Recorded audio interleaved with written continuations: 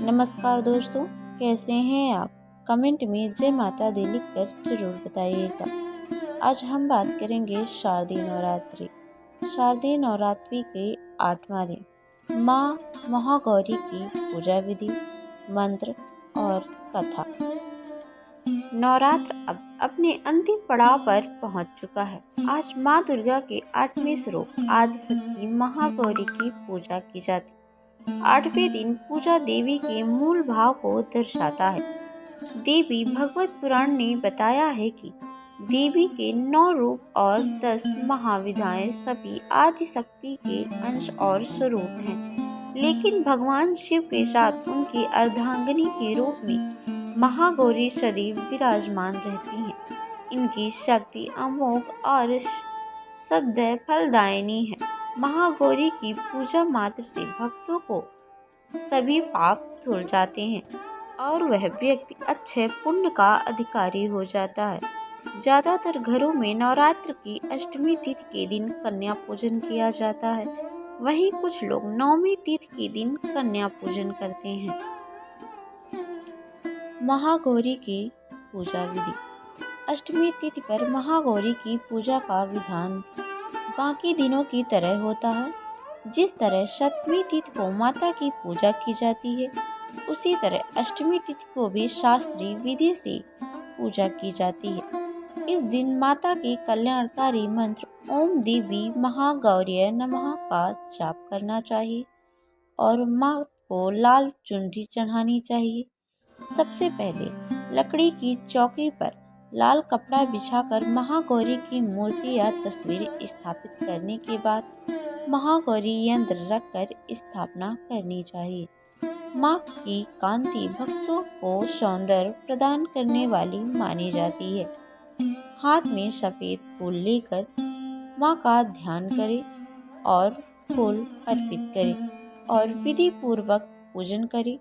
महागौरी को रात की रानी के फूल बहुत पसंद हैं। महागौरी का मंत्र। या देवी सर्वभूतेषु माँ गौरी रूपेण संस्थिता नमस्तस्यै नमस्तस्यै नमस्तस्यै नमो नमः। आप इन मंत्रों का जाप करना मत भूलिएगा। माँ महागौरी के प्रिय भोग और पुष्प। माँ दुर्गा के 8वें स्वरूप महागौरी को मोगरे का फूल अति प्रिय है। इस दिन माँ के चरणों में मोगरे के फूल को अर्पित करना शुभ माना गया है। इसलिए हो सके तो माता को मोगरे के फूल की बनी माला अर्पित करें। इसके साथ ही माँ को नारियल की बर्फी और लड्डू अवश्य चढ़ाएं। माँ का प्रिय भोग नारियल माना गया है। माँ महागौरी की कथा। शिव पुराण के अनुसार महागौरी को 8 साल की उम्र में ही अपनी पूर्व जन्म की घटनाओं का अभ्यास होने लग गया। उन्होंने इसी उम्र से ही भगवान शिव को अपना पति मान लिया था और शिव को पति के रूप में पाने के लिए तपस्या भी शुरू कर दी थी। इसलिए अष्टमी तिथि को महागौरी की पूजन का विधान है। इस दिन दुर्गा सप्तशती के माध्यम चरित्र का पाठ करना विशेष फलदायी होता है। जो लोग 9 दिन का व्रत नहीं रख पाते हैं, वे पहले और 8वें दिन का व्रत कर पूरे 9 दिन का फल प्राप्त करते हैं। देवी पार्वती अपनी तपस्या के दौरान केवल कंदमूल, फल और पत्तों का आहार करती थी। बाद में माता केवल वायु पीकर ही तप करना आरंभ कर दिया था। तपस्या से माता पार्वती को महान गौरव प्राप्त हुआ है और इससे उनका नाम महागौरी पड़ा। माता की तपस्या से प्रसन्न होकर भगवान शिव ने उनको गंगा में स्नान करने के लिए कहा। जिस समय माता पार्वती गंगा में स्नान करने गई, तब देवी का स्वरूप श्याम वर्ण के साथ प्रकट हुई, जो कौशिकी कहलाई, और एक स्वरूप उज्ज्वल चंद्र के समान प्रकट हुआ, जो महागौरी कहलाई। माँ गौरी अपने हर भक्त का कल्याण करती हैं और उनको सभी समस्याओं से मुक्ति दिलाती हैं। ऐसा है माँ का स्वरूप। देवी भागवत पुराण के अनुसार महागौरी का वर्ण रूप से कौर अर्थात सफेद है और इनके वस्त्र व आभूषण भी सफेद रंग के ही हैं।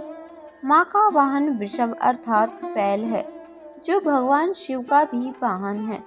माँ का दाहिना हाथ अभय मुद्रा में है और नीचे वाले हाथ में दुर्गा शक्ति का प्रतीक त्रिशूल है। महागौरी के ऊपर वाले हाथ में शिव का प्रतीक डमरू है। डमरू धारण करने के लिए माँ को शिवा के नाम से भी जाना जाता है। माँ का नीचे वाला हाथ और भक्तों को अभय देता हुआ वर मुद्रा में है और माँ शांत मुद्रा में दृष्टिगत हैं।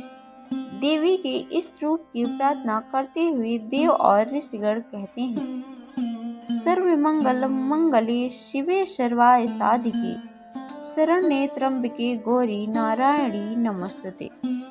धन वैभव के अधिष्ठात्री देवी है महागौरी। माँ महागौरी अपने भक्तों के लिए अन्नपूर्णा स्वरूप हैं। ये धन वैभव और सुख शांति की अधिष्ठात्री देवी हैं। सांसारिक रूप से इनका स्वरूप बहुत ही उज्ज्वल, कोमल, श्वेत वर्ण और श्वेत वस्त्रधारी है। देवी महागौरी का गायन संगीत प्रिय है और यह सफेद वृषभ यानी बैल पर सवार है। इस दिन कन्या पूजन का भी विधान है। कुछ लोग नवमी के दिन भी कन्या पूजन करते हैं, लेकिन अष्टमी के दिन कन्या पूजन करना श्रेष्ठ रहता है। कन्याओं की संख्या 9 हो तो अति उत्तम है, नहीं तो 2 कन्याओं के साथ भी पूजा की जा सकती है। अष्टमी तिथि के दिन नारियल का भोग लगाने की परंपरा है। भोग लगाने के बाद नारियल का प्रसाद के रूप में बांट दें। वहीं जो भक्त कन्या पूजन करता है वे हलवा, पूड़ी, सब्जी और काले चने का प्रसाद विशेष रूप से बनाया जाता है। माँ की पूजा करते समय भक्तों को गुलाबी रंग के कपड़े पहनना चाहिए, क्योंकि गुलाबी रंग प्रेम का प्रतीक माना जाता है। तो इस वीडियो में फिलहाल इतना ही। अगर आपको हमारी द्वारा दी गई जानकारी अच्छी लगी हो तो वीडियो को लाइक और चैनल को सब्सक्राइब करना मत भूलिएगा। कमेंट में जय माता दी जरूर लिख दीजिएगा। धन्यवाद।